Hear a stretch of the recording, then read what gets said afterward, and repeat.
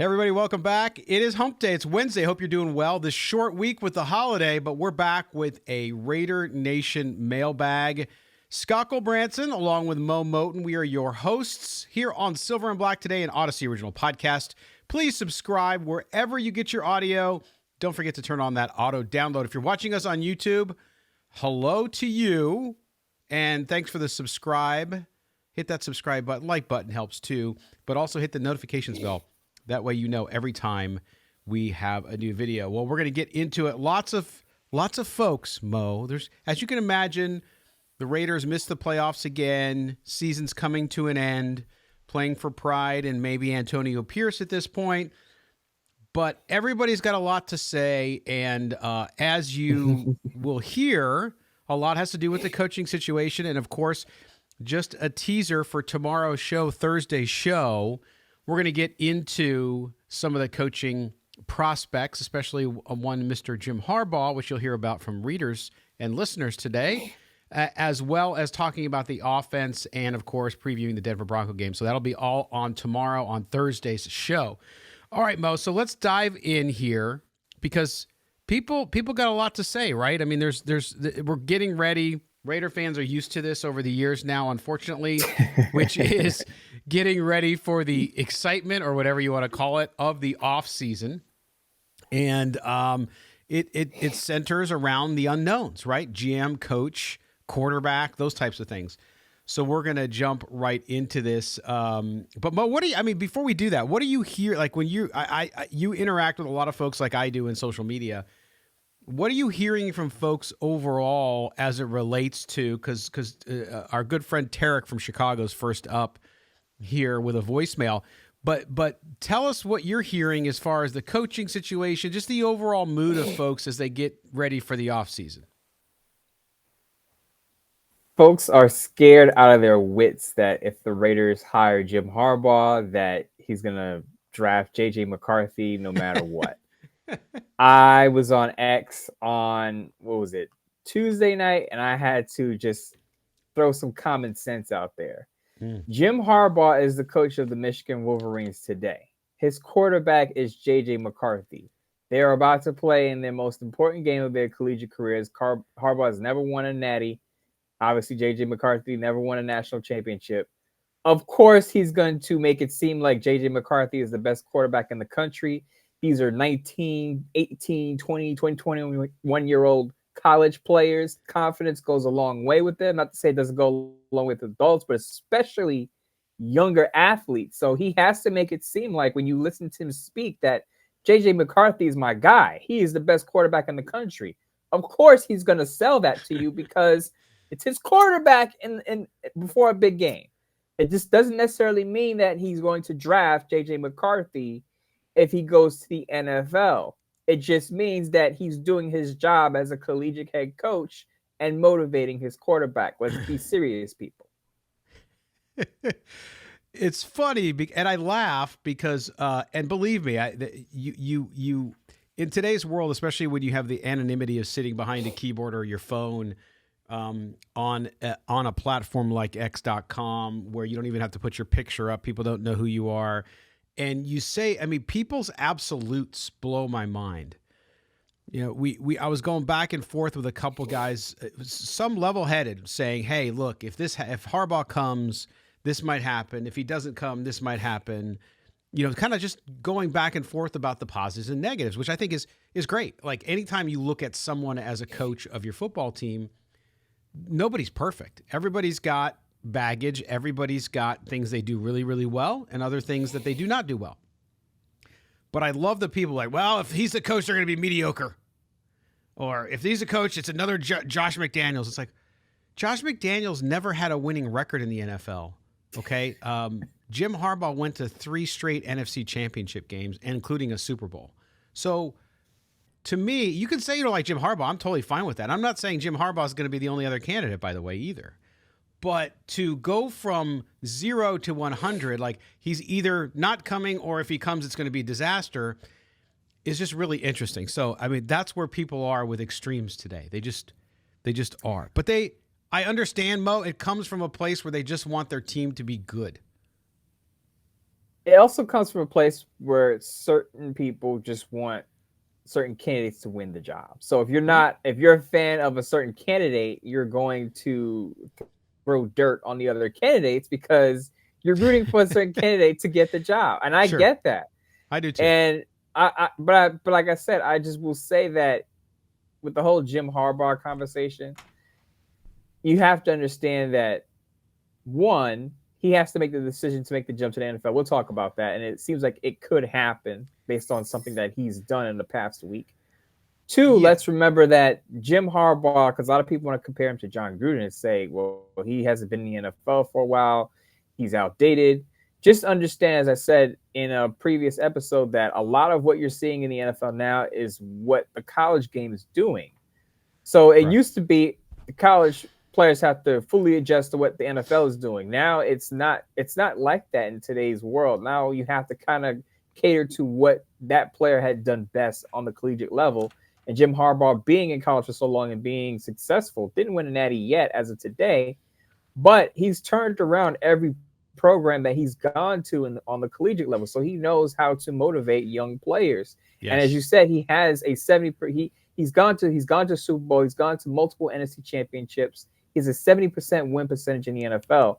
I'd rather take my chance on that. And the other one last point about comparing him to Gruden. Remember, Gruden was out of the game. Gruden was in the Monday Night Football booth. Jim Harbaugh is still an active head coach. So while I can see people drawing the dots, it's not the same. Correct. And Gruden also went to one championship game, the NFC championship game, okay, and a Super Bowl, right? And I know a lot of people will talk about, well, he inherited Tony Dungy's team. It wasn't that bad of a team. It doesn't matter. He still got there, right? So the comparisons, I know people always look for comparisons because it helps you kind of wrap your mind around who that person may be. But those comparisons can also be apples and oranges, so you got to be careful with that. All right, we're going to get to our first call here, and it's our good friend Tarek from Chicago. Let's see if Tarek's in Chicago. I know he's been vacationing, so we'll see where he's at. Here's Tarek in Chicago. Hi, Mo. Hi, Scott. How you guys doing? This is Tarek from Chicago. I'm currently in Denver for work. I just wanted to call and talk a little bit about the state of the Raiders. I think, again, very frustrating to lose the game against the Colts. But listen, Antonio Pierce has done more than enough to warrant receiving the permanent job as the Raiders head coach. He knows the Raiders culture. He has turned the players around. He's turned the culture around in a really short time, and he's worked with what he has inherited. And you know, this speaks to Mark Davis. I think let's focus on that for a second. Mark Davis, I think the only thing he's done right as an owner is to make some connections to get us a beautiful new stadium. He definitely gets credit for that. But other than that, he's made one poor decision after another. When Mark Davis took over for the late great Al, he was quoted as saying, "I know what I don't know," and so you know he needs to live up to that. So he brought in. My biggest concern is that the Raiders' offense has been struggling, and Mark Davis is going to again go in the direction of an offensive-minded coach / big fish, but that just hasn't worked out. Reggie McKenzie was a disaster. Dennis Allen was a disaster. John Gruden, you gave him 10 years, $100 million after he was off the sidelines for 9 years. You pursued him for 6 years. Mike Mayock was arguably the worst GM in the NFL, probably in Raiders history. His draft picks were just terrible. You bring in McNuggets and Ziegler, who were also just disgraceful in the decisions they made. And you know what? You're still paying these guys. I would not be surprised if he's still paying Mayock. We know he's paying Gruden. We know he's going to be paying McNuggets and Ziegler for 4 years. So get it right. You got to finally get it right. You got to stabilize the franchise with some consistency. Go ahead and retain Champ Kelly as the GM. Go ahead and retain Antonio Pierce as soon as the season ends, because he knows the Raiders culture, and that's more important than most non-Raider fans know. I mean, that's just something that is vital to the success moving forward, and you saw glimpses of it in the regular season. And I want to kind of jokingly but seriously say that a prerequisite for the Raiders' next head coach, no visor. Anytime you bring in a guy who's a big fish and he sports a visor, it always ends up being some kind of a disaster. Now, that sounds kind of comical, but if Mark Davis goes in another direction and brings in a quote-unquote big fish, I'm going to personally drive out to Vegas and give that man a haircut and possibly smack him across the face, because that'd just be another poor decision in a line of poor decisions that would set the franchise back probably for another 5 years. Stabilize the front office, focus on the draft, focus on free agency. Antonio Pierce has certainly warranted the right to. Oh, Tarek cut off there. Tarek, good call, man. Okay. There's a lot there, though. There's a lot there. Yes, there's a lot there. And I'm going to go in on one thing real quick because I want to get your comment on this, too. And that is, I don't disagree with almost everything he said as far as what Mark Davis's decisions on the football side have been. They've been poor. He mentioned Dennis Allen. He mentioned John Gruden, who, by the way, everyone loved the John Gruden hire. So don't go back and say you didn't like it. Even though it was 10 years, 100, not everybody, but most fans did. Most fans did. Yeah, okay. A lot of fans love the girl. Correct. I'm not talking about football side people. I'm talking about fans. But you look at this situation, what Tarek said there is, bringing in these guys, the offensive-minded coach, they need to understand the Raider culture. They need to, and that's what Antonio Pierce does. I don't disagree that Antonio Pierce has done a fine job with what he was given. We talk about it all the time here on the show. I will say this, though. The same people arguing what Tarek argued, which is a very logical, well-thought-out position, ignore all of the factors around Jim Harbaugh. Jim Harbaugh's first coaching job. Who hired him? Al Davis hired him. Jim Harbaugh knows the Raiders culture. Jim Harbaugh is not Josh McDaniels or Dennis Allen or any of the other coaches who failed under Mark Davis. He's a winner. He's won everywhere he's been. So I understand and don't disagree with Tarek's point, Mo, but in the case of one and I'm not saying it's going to be Jim Harbaugh, but if it is, if that's the guy, if that's one of the guys, you can't use that argument with Jim Harbaugh. I just don't see the connection there. So two things here. I understand the pushback of fans saying, don't go get the big fish, get the guy who's turned a mess around. And I've said it on the show. Antonio Pierce has earned, a strong consideration for the job. Yes. I still believe that even after the Colts loss. Mm-hmm. But I also will say that if you don't want to take the big risk, if you want to see the Raiders turn around, what's been some disappointing years, wouldn't the best case scenario be a guy with a proven track record of winning, as you just said? Right. Jim Harbaugh has a 70. I'm going to say this again. For people listening out there, Jim Harbaugh has won 70+% of his games as an NFL head coach and as a collegiate head coach. A lot of people say he couldn't beat Ohio State. Guess what? He built a juggernaut in Michigan, and now he's beaten Ohio State multiple times, straight years, going for a national championship. There was a good story that Joe Klatt shared, and I want to mention Joe Klatt's name, clearly because he shared this story on another station. He said that when Michigan was struggling against Ohio State, he called his brother up and he said, give me your brightest, coaches off your staff. And that's why Mike McDonald went from Baltimore to Michigan, was a defensive coordinator there for a year, I believe in 2021, and then went back to Baltimore. He's now the defensive coordinator there. So this is a guy who not only hasn't won a title yet, but has think of it as you said, consecutive national NFC championships, now competing for a national championship. And he works well with other young, bright coaches. A lot of people want to compare him to Gruden and say, oh, he doesn't get along with people. And I get it. I understand how it ended in San Francisco. It didn't end well. But as I just shared the story from Joe Klatt, relayed from Joe Klatt, he can work with the staff and build a staff. He's elevated quarterbacks. Remember, when he went to the Super Bowl, he had Colin Kaepernick as his quarterback. At the time, Colin Kaepernick was not a Super Bowl caliber quarterback. He got before he moved on from Alex Smith, elevated Colin Kaepernick. So he knows how to work with quarterbacks. He knows how to work with young coaches. He's won before. This is not a similar situation to Josh McDaniels, where Josh McDaniels wasn't the guy. Josh McDaniels was part of a dynasty, but he was the offensive coordinator. It's a difference being the head coach of a winning franchise or a winning program, which is what Jim Harbaugh has been.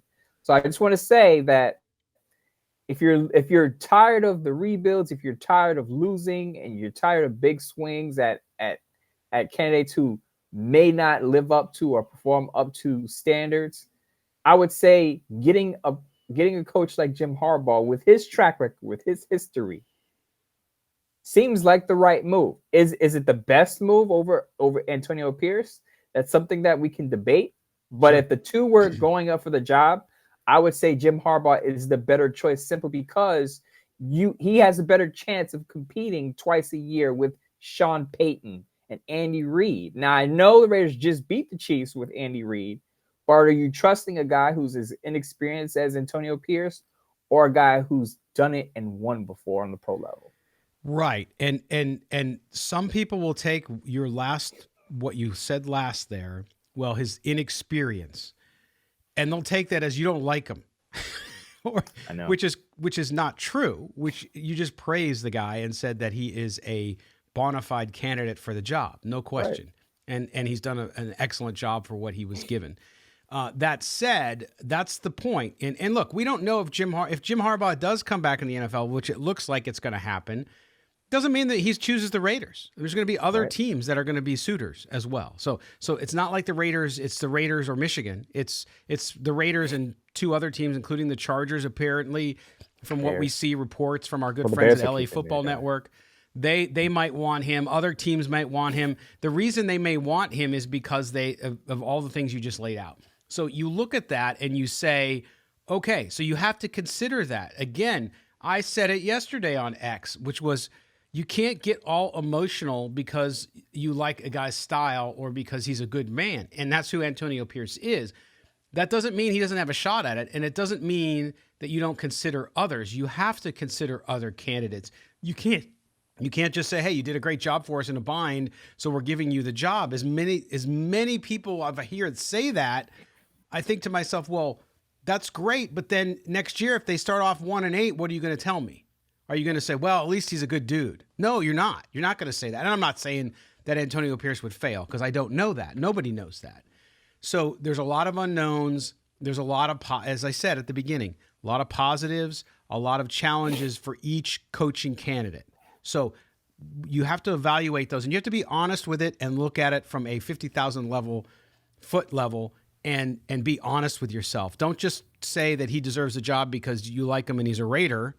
And oh, by the way, you could argue that Jim Harbaugh is more of a Raider than Antonio Pierce because he spent more time and he was a coach there. That's where he started his career. So the arguments people are using are more emotional than they are logical. Here's the thing. Here's what would make me think about things between Antonio Pierce and Jim Harbaugh. Straight out, I would ask Antonio Pierce, who do you plan on bringing in as your OC? That would definitely shape my decision, because, like I said, with Harbaugh, he's elevated quarterbacks where he's gone. Yeah. So he's done it before. If you're the Raiders and you have to get a franchise quarterback, you could say Jim Harbaugh has done it before. As I said, I mentioned Colin Kaepernick when he moved on from Alex Smith in San Francisco.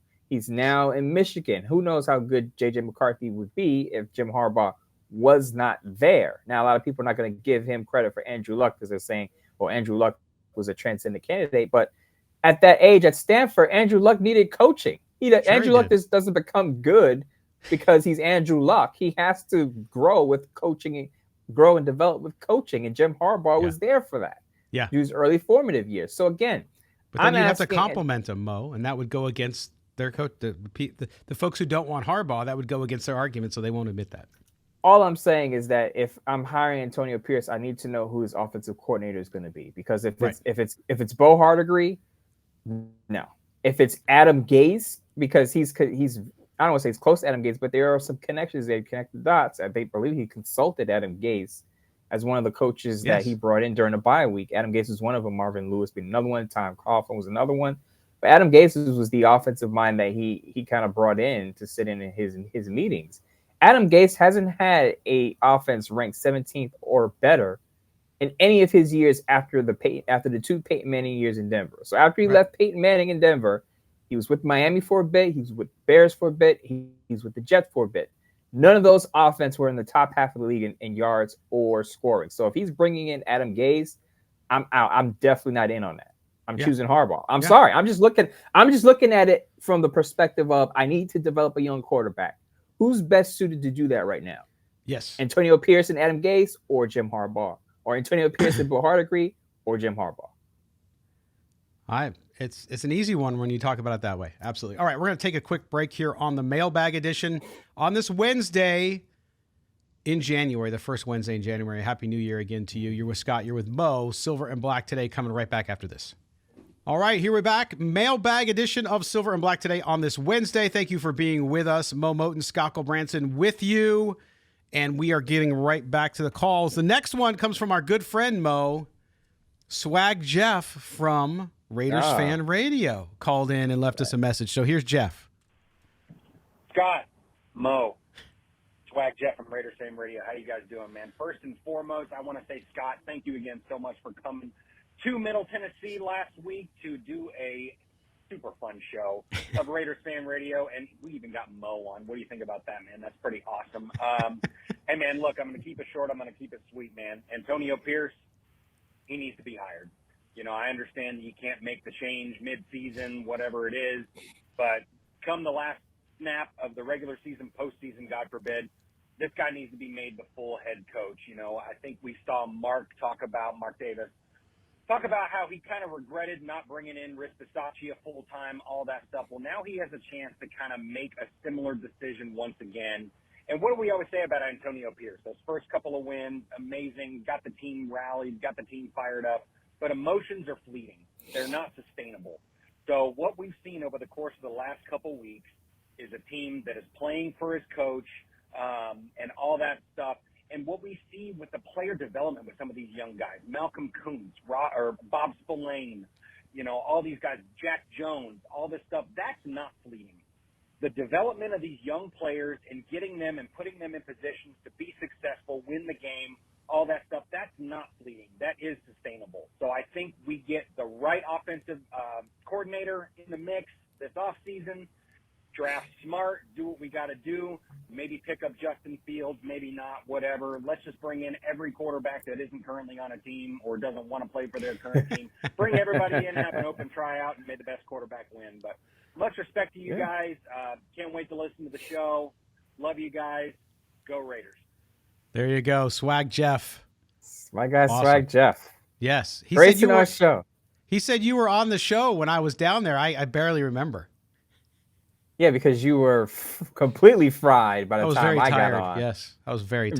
Very tired. That's what you want to call it. Oh, man. Jeff, man, thanks, buddy. Appreciate you. Such good folks, as I said, all the folks at Raiders Fan Radio. Man, I can't thank them enough for hosting me down there. It was a great time. But to his point, Antonio Pierce, and I think this is Jeff's point of view, and if you watch their show, you know it's nothing new because they've talked about it. And when they were at Crab Fest for the Blitnikoff Foundation, they met with Antonio Pierce, all that stuff. And it's great. And I think everything he's like, I don't disagree with anything he said. I think he did touch on one thing we talked about before the break, Mo, and that was great. Antonio Pierce, absolutely. His development on the defense, which Patrick Graham deserves a lot of credit for that as well. Patrick Graham may be probably, I don't know that he'll get a job, but he will be a head coaching candidate around the league. You can guarantee he will get interviews. So there's no guarantee he comes back. But at that same time, he mentioned, well, bring in a good offensive coordinator. Well, as we talked about with the Harbaugh situation earlier, you tap into the people you know. And so we don't know. I know Antonio Pierce knows a lot of people. If it's Gase, like you said earlier, who else does he know? That's the problem. And then suddenly you're like, well, wait a minute. Champ Kelly can go find an offensive coordinator. Well, Champ Kelly's not a football coach. Champ Kelly is a GM. His job is more on the play. Yeah, he's got to hire coaches and get recommendations, but he's not into the coaching tree business. He doesn't know. He doesn't have relationships with coaches like other coaches do. So to me, Jeff brought it up right there, which I think is all the positives about Antonio Pierce you can't argue with. But the challenges for Antonio Pierce certainly start to emerge when you start to say, well, just go get an offensive coordinator. Easier said than done, Mo. Here's what I'll say, because I want to make this clear before people misquote or don't hear me well on this. I'll forget him. It's okay. You can just say what you want. all the positive things that Jeff brought up about Antonio Pierce is why I believe he's a strong candidate. I talked about it on Sports Now. I talked about it on this show. The player development is there. The defense has an extra swagger with Antonio Pierce at the helm as the interim. He has the buy-in of the locker room. See, he has all those check marks right there. Now, as I said, the big question is, and you pointed out, who would be his coordinator if he were the head coach? I know that with Antonio Pierce, if he's the full-time head coach, I know that my defense is going to play at a higher level. I know that he can elevate my linebacker core because he's also done that. Robert Spillane is a great example. And I know that he's going to be a motivator in that locker room. But at the same time, what is the biggest objective for the Raiders this offseason? Find their franchise quarterback. And then after that, it will be developing that quarterback. So Antonio Pierce, when he sits down in that interview, he's going to have a quarterback plan. He's going to have an offensive plan. And we'll talk about this on Thursday. The Raiders should blow up their offensive plan because that's Josh McDaniel's system that didn't work. Right. So next season, they're going to have to they should start a clean slate on offense. I'm not saying trade everyone, but the system, the scheme has to be different. Antonio Pierce has to be able to work with someone to bring forth a productive system that's going to score more than 20 points a game with some consistency. So I'm with Swag Jeff on the good things about Antonio Pierce. Now, as I said, the big question, something we can't answer is, who's your OC? What's your offense going to look like? Right. And coming in with that plan to start a season is much different. And this is why, and this is the last time I'll mention it, because I'm not bringing this up as an anti-Antonio Pierce stat. It's not what it is. But if you look at since 2000, so the last 23 years, if you look at interim coaches who have taken over and you look at their success rate after that, especially those who got the job full time after being interim, it's never worked out well. There's only been one example, and that was Jason Garrett in Dallas, who took over as an interim and went on in 3 straight years after that to make the playoffs. But then, of course, Jason Garrett never got very far in the playoffs, got fired later on. But he did have success getting to the playoffs. You get there, got to give the guy credit for that. But every other example, there's been no example of that happening. I mean, even if you look, somebody brought up Dan Campbell to me yesterday. Dan Campbell, as an interim head coach, was 5-7, didn't get the job, went back into the coordinator position, became the assistant head coach, right, in New Orleans. And that's a lot more experience than just being a linebacker coach. I'm not putting down Antonio Pierce, just saying Dan Campbell's journey to head coach was much longer and he had a lot more experience. So even though they have very similar personalities because they're both motivators, both amazing leaders of men, you can't compare. That's why it's dangerous to make comparisons sometimes. So I just want to put that out there. All right. We're going to get to an email from our good friend Gary Harkenreader, who says, Happy New Year, guys, sort of. I wasn't able to watch or listen to the game, just watch the highlights. There's also going to be questionable officiating always. What I gleaned from the highlights was simply that the Colts wanted it more than the Raiders. So let's move on and beat the Broncos. That's from Gary Harkenreader, our good friend who writes in all the time. So Gary, Happy New Year to you too. And yes, the Colts are a bona fide playoff team. Now they got to beat the Texans this weekend. But certainly you talked about it, and I know people were giving you gruff on online about it yesterday. The Raiders came out flat. They just didn't come out, and it wasn't blaming the time zone. It's just they just didn't come out on fire like they did against Kansas City. 2 things. I could tell Gary Harkenreader isn't too happy because usually Gary Harkenreader writes a longer email. He kept it short and sweet this time. Yes. Gary seems ticked about that performance. But no, in all seriousness, you said it. On the last show, I mentioned the Raiders just came out flat. So Gary is on point with that. Even though he didn't watch the full game and just watched the highlights, he's pretty much on target with it. The Raiders didn't want it as much as the Colts in that game. Yeah, they played on Eastern time zone. And as I said, that's not an excuse. I want to make that clear for the gentleman who questioned whether I said that was an excuse for the Raiders or not.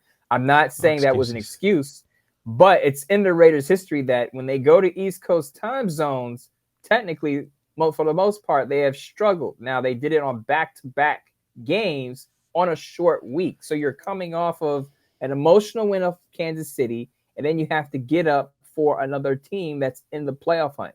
It's tough to do. Again, not an excuse, but there's a higher level of difficulty there, especially when you're on the road and back-to-back games outside of your natural times that you're used to playing it. So I just want to put that out there. But Gary is right. The Colts came out ready to play. The Raiders came out flat. And as I said, I pointed out the point where Max Crosby had to kind of gather the troops around, give them a pep talk, because the Raiders needed it. And they dug themselves a 14-3 hole, and they weren't able to dig themselves out. The offense didn't click till midway through the third quarter, and that's the result you get. They only lost 23-20, but throughout that game, the box score can, I don't want to say lie to you, but it can be misleading. Aiden O'Connell, if you look at the box score, he did pretty well. Had a quarterback rating above 90, I believe, through two touchdown passes. But for the Raiders offense not to get it together until midway through the third quarter, it's just not good enough against a team that's in the playoff hunt and playing relatively well. Absolutely. Gary, Happy New Year to you too as well. Now we're going to get to our third caller. The third caller, this is important too, guys. When you call in, by the way, when you call us, make sure you leave your name, because a lot of times we get calls and you're not leaving your name. And so we can't tell people who you are, and you can't take credit for your brilliant call. So make sure you do that. 702-900-7869 is the number. 702-900-7869 if you want to leave us a message coming up after the weekend. So here's a call. I don't know who you are, so you'll have to ping us online or let us know who you are. You can call back in next week. But here's an anonymous call. I say anonymous just because you didn't leave your name. But here's call number 3. Hey, Scott. How's it going? Hey, I'm kind of new to the show. I just started listening to you guys. I like your content. You and Moe Moton. You guys, get to the point. You guys are candid about, your feedback from the team. But I think with this team, we need to be careful. I think one of the biggest things that you can do as a person is make a decision based off an emotion. And I feel like there's a lot of emotions right now with the Raiders and us wanting to win. So my thought process for this off season, which whatever happens, they should consider signing a consultant or somebody in between, somebody that can facilitate some of those things with the organization, because it's critical what's been going on the last 20 years. We don't want to make any more mistakes, and I think the best way to do it is start from the top, hire some type of facilitator, or I don't know, somebody in between, somebody higher than a GM, somebody that can that knows what they're doing and can kind of coach these guys. But it has to start from the top. You can't put the cart in front of the horse. You got to start from the top. That person hires a GM, and from there it goes on. You can't go. I feel like with the coaching staff that we have, we can't hire somebody and then they have to kind of get along or try to figure each other out. It's got to start from the very top. So I want to carefully build. So that's my only thought. And like I said, I want to keep Devontae. And honestly, with this off season, we need to get a quarterback for sure. I mean, Aiden McConnell's going to be fine. He might be good in a couple of years, but we have a lot of stuff we still need to work on. But we have to draft a quarterback and possibly pick up another receiver, possibly to help out. Because I don't think Brentford's going to be there in the off season, and of course, offensive lineman's going to be a priority. But that's how I feel. I just don't want another issue in 3 to 5 years. So I think, like I said, if you start off from the top and you get your management in line, you can have success. So that's all I got about that. But love the show. Love your content. Keep doing your thing. There you go. I'm not sure who you are. Great call, though, Mo. I think he brought up a lot of good points there that are valid, which I think, to his point about, and I say it all the time on the show, right? And I don't criticize fans for being emotional. That's what a fan is, right? You're supposed to be emotional about your team. And Raider fans are so deep in their fandom and they love their team and their culture that I get it. But as the caller said, this is a big decision. And so you don't just run into it and say, oh, I like the guy because he did this or did that. You have to really be methodical in how you build this thing going forward. Here's what I got from that call. I don't think whoever that caller is, it sounds like he doesn't trust Mark Davis making executive decisions That's because true too. he talked about bringing in someone as a kind of go between who's, as the caller said, knows what he's doing. Because clearly Mark Davis has struck out at the plate when it comes to hiring GMs and head coaches. Now, the John Gruden situation was out of his reach. Again, NFL investigation into the Washington football team revealed some emails that he had nearly a decade ago or more. So Mark Davis couldn't foresee that happening. So I won't put that on Mark. But I will say that I believe Tashawn Reed, the Athletic, brought up bringing in a team president who makes the football decisions. Because as Tarek said on our first call, Mark Davis has already admitted that he has to acknowledge that he doesn't know what he doesn't know. So that's acknowledging I'm not a football guy like my dad, like my late father was. But I can bring in some football people who know the game better than I do, who can make those critical decisions. I think that's what this caller is talking about. So to tie Tarek's call to this call, I believe there's some symmetry and agreement there. I will say this, though. As he said, it starts at the top. And a lot of people say, Mark Davis needs to sell the team.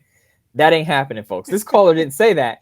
But guess what? The team is making too much money. It's printing money. Mark Davis ain't selling. So the best case scenario is Mark Davis has to have some knowledgeable football people in his ear so that he makes this decision, the best decision for the Raiders moving forward. Because as this caller said, it's critical. Because if he makes the wrong hire this time and the team gets set back another 3 years, you're wasting the good years of Max Crosby, the final years of Devontae Adams if he stays, and some other good players that are developing. So, you want to capitalize on what the Raiders have right now, and that's a good defense and some pretty good offensive pieces in Devontae Adams. Jacoby Myers is a good number 2 wide receiver. You still have Colton Miller, who's in the prime of his career. So you don't want to waste that. You have to get the decision right first. It starts with the GM. I know a lot of people want to talk about the head coach, but it starts with the GM, who's going to be knee-deep in the draft decisions because, let's be honest, the Raiders haven't drafted well for a while. Since the Reggie McKenzie year with Derek Carr and the Khalil Mack class, the Raiders have not drafted relatively well. So the GM is important as a head coach because the GM is the guy that's going to make those calls on draft day. So the Raiders have to draft well. So it's important to get the right GM, and the Raiders have to develop talent well, which they've struggled to do before Antonio Pierce. So they have to get the head coaching decision right, and then those guys together have to get the quarterback decision right. Right, and there was a writer up on Sportsnaut on November 1st. Remember that day, the day that they fired Josh McDaniels, who wrote a piece about how Mark Davis needed to do things differently. I think his name is Scott, and I want to quote my story because the caller brought it up. And I said, quote, the entire mindset Raiders owner Mark Davis uses in his role as owner of the one-story franchise must change or it is doomed to repeat past mistakes, right? So this is the point. This is where I recommended, humble me, doesn't know anything about front office football, that he hire like an executive vice president of football operations, somebody who knows football, somebody who is so steeped, has all that kind of stuff. Now, I don't think that's going to happen, but I think it gets to the caller's point about who do you rely on? Who do you go to for, because Mark Davis, as you said, I don't know what I don't know. So if that's the case, go find somebody who can help you decide. And whether or not he might be doing that. We don't know. I don't necessarily believe he needs to tell people he's doing that, right? It's none of our business. It's his business. He can do what he wants. But I do agree with the caller. It's a very good point there as well. So thank you for the call. Please let us know what your name was because it was a great call. And we appreciate you being a new listener as well. So that's awesome. Someone who's not a new listener that we know very, very well here, excuse me, I'm so choked up about it, on YouTube and on the podcast is Raider27. Raider27, here's his call. Hey, Scott, Midtown Mo. It's Raider27. You know what? I just thought it's amazing to me after all these coaches we've gone through and every one of them says, we're going to change the culture. No one ever thought, oh, they're the Raiders. They have a culture. All they got to do is let the players be Raiders, and the culture will take care of itself. So you guys, hope you had great holidays, and thanks. This is Raider 27 out. There you go, Raider 27. We appreciate you, man. It's a good point. And you know what? I think whether it's Antonio Pierce or Jim Harbaugh or whoever else, but I think those two guys, they understand the Raider culture because they've both been in it. And number two, that is a very Al Davis thing, right? Al Davis's whole point about, why did you bring on Lyle Alzado? Why did you bring on John Matuzak? And what did those players, why did they love Al Davis so much? Because Al Davis's mantra was, let people be who they are. And that was a good point I was going to come to, is that's another reason why Antonio Pierce is a strong candidate. Mm-hmm. I remember Vinny Bonsignore had a post-game interview with Jack Jones, and he was talking about Antonio Pierce's coaching style. And Jack Jones basically said, Antonio Pierce lets guys be themselves. Yeah, there's some responsibility when you're on the field, when you're off the field, handle yourself as a professional. But he's not babying guys. He's not forcing guys to conform to a certain culture. He lets them be themselves. And that is part of the Raider culture. And that's that's part of why I became a Raider fan, is because I saw players who were unabashedly themselves. Outlaws in the NFL, yes, but they all had different personalities. And it wasn't kind of like all buttoned up. You have to conform to this system, this culture that we have. I know I'm out in New York, so I'm used to George Steinbrenner having players cut their hair. You can't have long beards, you can't have long hair. You have to have this clean cut look. With the Raiders, it's the complete opposite. Come in as you are and be you and win football games. Yes, and I think that goes a long way with treating adults like adults. When you go to your work, you want to be treated as an adult, be able to be yourself. When you're not yourself, or you feel like you're not yourself, you're not at your best. And I think that, again, that's part of the draw to Antonio Pierce. And Jack Jones said it. I'm sure a lot of other players feel the same way. And he gets it. He absolutely gets it. You want to talk about, call it saying there is a Raider culture, as Raider 27 said. You want to talk about people saying, look, we don't need to conform to be something else. We are who we are. Right. And I think that's why Antonio Pierce is so attractive to a lot of fans. I get it. Because I grew up the same way. This is part of the reason why I love the Raiders as a young teenager, as a young kid. But I also understand that, as you said, and as we pointed out, I don't know why people are overlooking this, but Jim Harbaugh is part of the Raider culture. He was a former quarterbacks coach on the staff when Al Davis was alive. So if it's not Antonio Pierce, who's a candidate who knows the Raider culture, it's Jim Harbaugh. Correct. And not only that, but if you look at, because I hear a lot of folks, and I know we're going to talk a lot about Harbaugh on tomorrow's show, but a lot of folks telling me he grates on the players. It's like McDaniels. He's too hard on the players. While he is more old school, I mean, the guy's 60 years old. He's not a 38-year-old wonderkin coach like some of these guys that you're going to see in the next hiring cycle. But if you look at the 49ers, I know as much as Raider fans hate 49ers, if you look at the time when he was at the 49ers, he let his guys be his guy. Like personality-wise, you talked about Kaepernick and all that kind of stuff. That locker room, while he might be hard on them in one aspect, the other aspect of letting them be, that's why I don't listen. I wrote a story up on Sportsnaut this weekend about how Michael Lombardi, who comes on this show all the time, talked about how he could see Harbaugh with the Raiders because Harbaugh has at his core an appreciation for history and tradition. And so to me, that's why Lombardi said he was, and remember, Lombardi's son just got fired from the Raiders. So anybody who thinks he's got an axe to grind against the Raiders, he's actually giving them a huge compliment, saying that Harbaugh loves that. And Harbaugh was hired by Al Davis. He understands the Raider mystique and the Raider culture. So if anybody would gain the most from bringing back the Raiders, it's Jim Harbaugh. So to your point, Antonio Pierce, Jim Harbaugh, I think cut from the same ilk, different personalities, different backgrounds, of course. But to his point, I think they would let the Raider culture be the Raider culture. If Harbaugh was a rigid coach like Josh McDaniels, his coaching style wouldn't work on the collegiate level. No, he wouldn't have a winning record. Right. Josh McDaniels' coach style wouldn't work with college kids. Josh McDaniels would be, in my opinion, I don't know this for sure, but just my projection, Josh McDaniels would be a failure of a head coach on the collegiate level. His personality just doesn't match having to motivate young college athletes. Jim Harbaugh knows how to tap into young college athletes. I'm sure he lets those guys be themselves.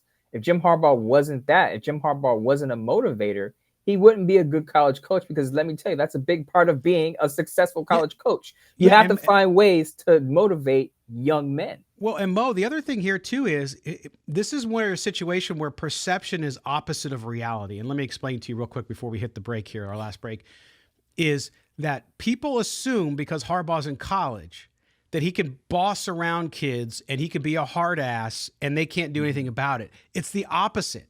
If any of you have kids in their teens or 20s right now, you're going to tell me those kids react well to Woody Hayes type coaches or Josh McDaniels type. No, that's why the Raiders in the NFL, that's why Josh McDaniels didn't relate to the players. Yes, you got veterans on that team, but who were the guys that it rubbed the wrong way? The worst probably are the younger guys. So Jim Harbaugh's able to do it in college. It's not in college like you're in jail and you have to do everything they say or you're going to get belted with some kind of paddle or something. No, you have to get buy-in from these young people who look at the world differently. So that's why the criticism of Harbaugh. And again, I'm not saying Harbaugh is the only answer. I'm just telling you the criticism is opposite of what it really is. To your point, you have to get buy-in. You have to be a motivator.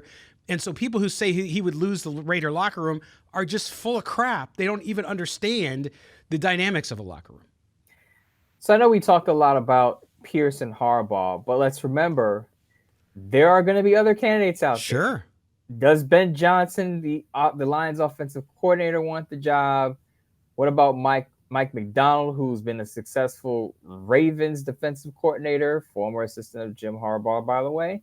Frank Smith. So Frank Smith in Miami, who also knows the Raider culture, who could be a fit if you want to talk about culture. You also got Dan Quinn. A lot of people don't like retreads, but as I pointed out before, Dan Quinn has a history of building strong coaching staffs. I want to run this down again. He had Mike McDaniel before Mike McDaniel became a head coach. He had Kyle Shanahan before Kyle Shanahan became a head coach. He had Raheem Morris, who again may be a head coaching candidate because of what he's doing out there in Los Angeles. It's not a shutdown defense, but a lot of people still like Raheem Morris. He was also on Dan Quinn's staff, along with Mike McDaniel, along with Kyle Shanahan. So there are going to be other candidates out there. Again, I know we talked mostly about two, but I think those Pierce and Jim Harbaugh, we focused on Pierce and Harbaugh because that's what Raider Nation is discussing most right now. If you go on Twitter, if you go on X, whatever you want to call it, if you would go on Facebook, if you talk to people, a lot of people are talking Harbaugh, a lot of people are talking Antonio Pierce, and as usual, there are two camps. There's an Antonio Pierce camp, there's a Jim Harbaugh camp, and I will say there is a John Gruden camp that's still out there. Believe it or not, there's buzz that maybe Mark Davis hires John Gruden again. I would not be on board with that. John Gruden, as we know, in my opinion, John Gruden is a good play caller, but when it comes to building a football team, roster personnel decisions, not so good. I know some of the Gruden guys have played well recently, Malcolm Kuntz being one of them. But do you trust John Gruden to build your team from the ground up? How many first-round draft picks did the Raiders squander under John Gruden and Mike Mayock? So I just want to put that out there. Conveniently, everybody wants to blame that on Mayock now, which is not the case. So interesting. And listen, there are some really respectable people that have been on this show, people that I highly regard as professional, who say that the Gruden possibility actually exists. I don't believe. I mean, I'm not calling them liars. I'm saying I don't believe it ever happens. I'd be willing to bet my right foot on that. Scott, I'm telling you, I just don't see it happening. I don't see it. I tweeted this, I believe, in November after Josh McDaniels was fired after Halloween, I believe. And I said, and the Gruden stuff came up, and I said, no way. I mean, one, I'm not the type of person who loves to look in the rearview mirror. Like, just move on from that. Like, I get it. He resigned for reasons outside of football, but you also have to remember he has I believe a pending lawsuit with the league, and there's just so many tentacles to that. Leave that in the past and move on. I agree. All right, so there you go. We're going to take our final break. When we come back, we'll get to two pieces of mailbag. We'll get it to a voicemail from our good friend Jacob in Fresno, and also Richard in Texas with an email. You're listening to Silver and Black Today with Mo and Scott. We're coming back right after these words. Welcome back. It's time for the home stretch here on the mailbag edition of Silver and Black Today. Yes, on a Wednesday. Yes, we put it out a little later. We're recording it on Wednesday here, so we're almost live. Not quite live, but same day. So there you go.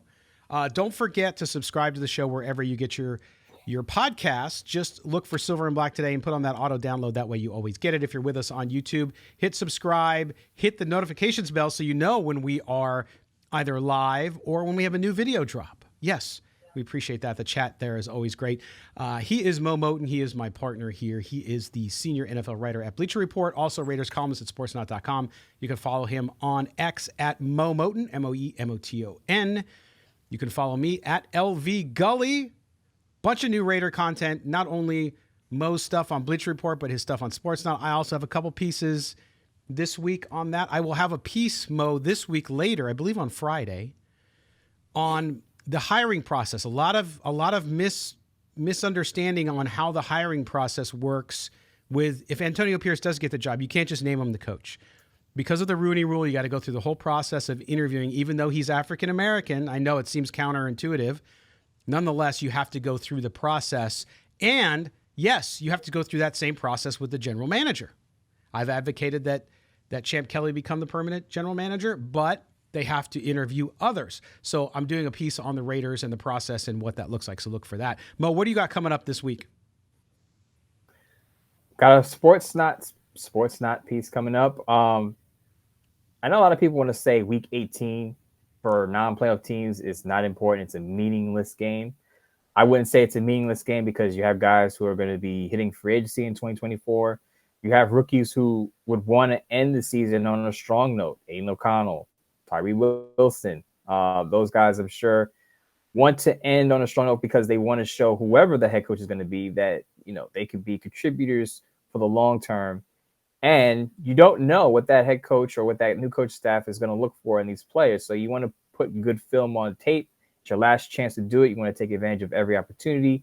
Even Zamir White. If the Raiders don't re-sign Josh Jacobs, you think Zamir White wants to go out with a bang because he could be the lead running back for the Raiders in 2024. Now, I'm not saying one game changes your perception of a player, but you want to end on the upswing because you don't know what your standing is going to be with the team if the new coach staff is brought in. Good point. So make sure you check out sportsnot.com for that and more. So there you go. All right, let's get to our last pieces of mail here before we end the show. We went longer for a mailbag show, but that's okay. Don't forget, we will be back tomorrow with our full regular Thursday show. Here's Jacob from Fresno. Get Gully, Gulbransen and Midtown Moe. This is Jacob from Fresno once again. And I've got a great question for you. Sorry about that laugh. I'll try not to do that again. Anyway, I was thinking, AP, I'm in the same sphere as Murph on this whole coach issue. I want AP back.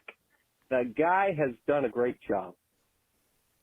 All that being said, if the opportunity presented itself, let's say one Mark Davis gets a bit of a hankering for that offensive-minded coach, and Jim Harbaugh presents himself, I think that it would be acceptable. But what say you if Patrick Graham were to get an offer and leave the Raiders and go off and be a head coach somewhere else, or maybe a DC somewhere else because he prefers the money, whatever happens.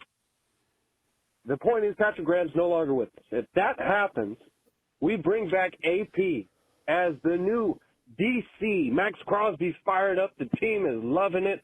And we have a great offensive mind at the helm with a guy like Jim Harbaugh.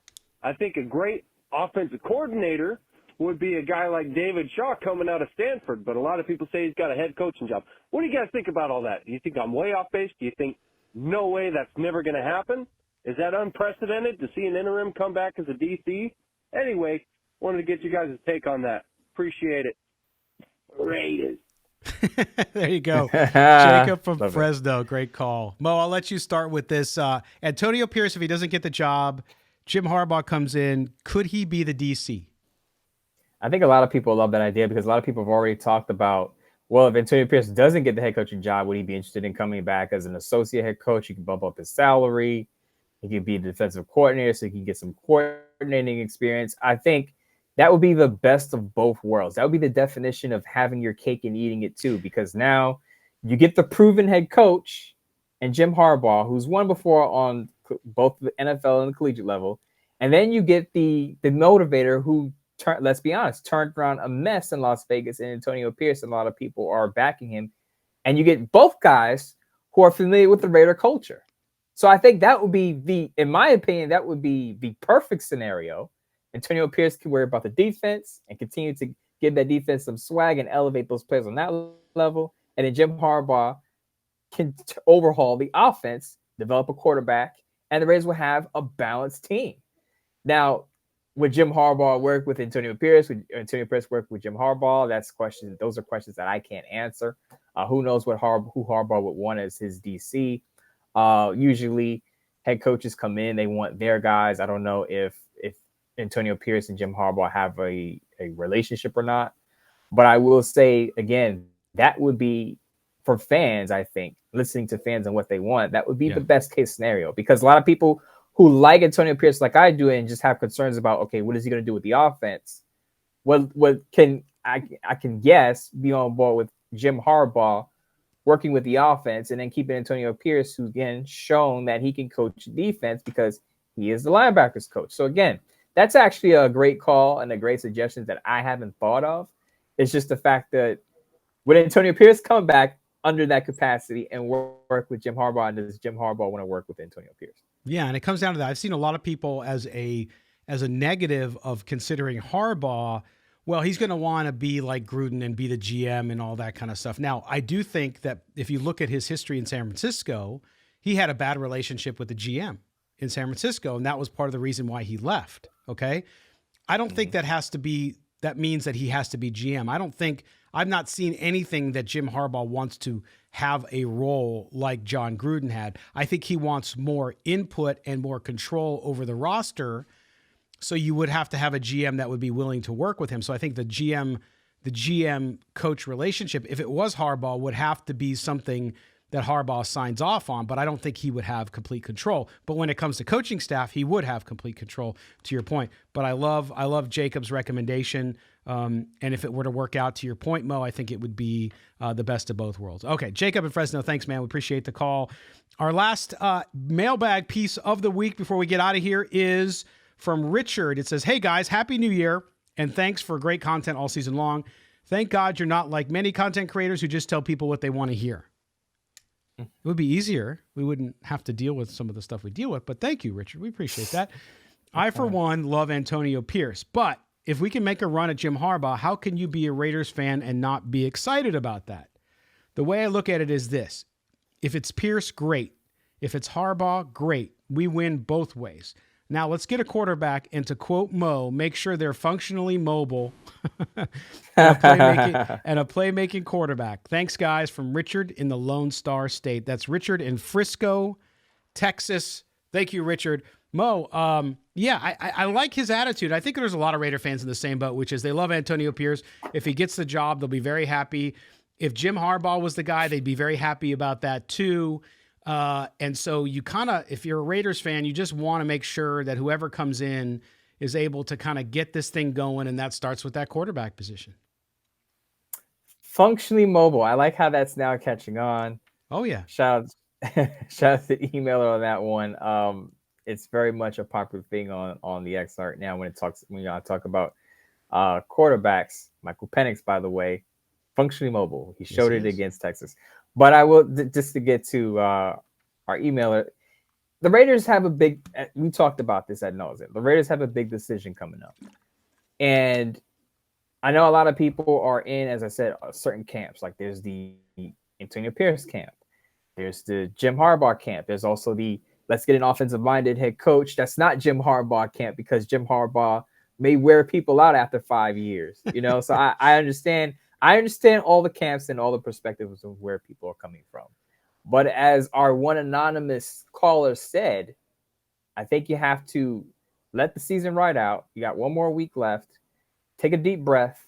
Let the emotions run out of you, because a lot of times after games, I see it on the X. A lot of emotion going around. Win or loss, there's a lot of emotional comments. There are a lot of emotional thoughts. And I think that goes for people who are in the front office, who own a business, sometimes you have to just take a step back, take a week off, take a step back, reevaluate the situation with a clear mind, without the emotion of the season, without the emotion of people saying, you got to hire this guy, you got to hire that guy.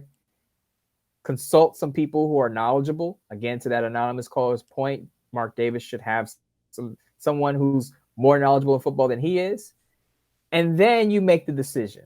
But you don't make the decision before the season's over, 2 days after the season. Because remember, when Tashawn Reed wrote that piece, it was revealed that Mark Davis knew that he wanted Josh McDaniels before the offseason hit. So he had made up his mind before the season was over. And that's what you don't want to do. Mm-hmm. That's exactly the opposite of what you want to do. You want to have a clear mind, a wide open net, and some guys in your head who are going to give you the right ideas about what to look for in a good head coach, what may work for the long term, not just the short term, because you're trying to build something here. And then you make the decision. Right. That's why you go in, it's week 18, after the game's over. He drinks his 14 bottles of water, as we've seen in the last couple games. And then Monday you hit the ground and you say, okay, what are we going to do? You sit down with a piece of paper and say, okay, let's start to think about what the plan is. Who am I going to interview? What's the deal? Where are we going from here? And then you move forward. So to your point, have that open mind. Antonio Pierce clearly has put himself in a nice position to be a finalist for that role. And we'll see what happens with the rest of it. All right. We're going to get out of here. Oh yeah, go ahead, Mo. You want last words for Moe Moton, ladies and gentlemen. If Jim Harbaugh goes back to Michigan, which is possible that he could go back, or becomes the head coach of another team. Now, we don't know who the other candidates are attached to the job outside of Harbaugh, Gruden, and Pierce. But if Harbaugh doesn't want the job, I would guess that Antonio Pierce is the clear-cut front runner. And again, we don't know who else is in the mix for this, but to me, it would have to, if Jim Harbaugh is not available, it would have to be Antonio Pierce, in my opinion. Yeah, and there could be surprise names we have not even thought of yet, and I assume that'll happen. Okay, we're going to get out of here for this Wednesday. We will be back tomorrow with our regular full show on Thursday. And tomorrow's show, we're going to talk about the Harbaugh stuff, latest on that and what's going on there. Also, we're going to talk about how we should think about how the Raiders should just blow up that offense. Just gut it and go from a new position. And that starts with the quarterback, of course. And then we'll also preview the Broncos game. All of that and more, including special one-on-one time with Midtown Mo on tomorrow's show here on Silver and Black today. Mo, I will talk to you tomorrow, man. Talk to you soon. All right, for Moe Moton, for our producer, Mike Robier, I am Scott Gulbransen. This has been Silver and Black today, the Mailbag edition. Thank you to everybody who sent in their messages and their voicemail. A reminder, 702-900, that's 702-900-7869, if you want to get in on the action next week and be part of the Mailbag after I recommend waiting till after the result of the game Sunday. Give us a call and we'll put you on the show next week. Everyone here at Silver and Black today, have a great rest of your week. We'll talk to you tomorrow.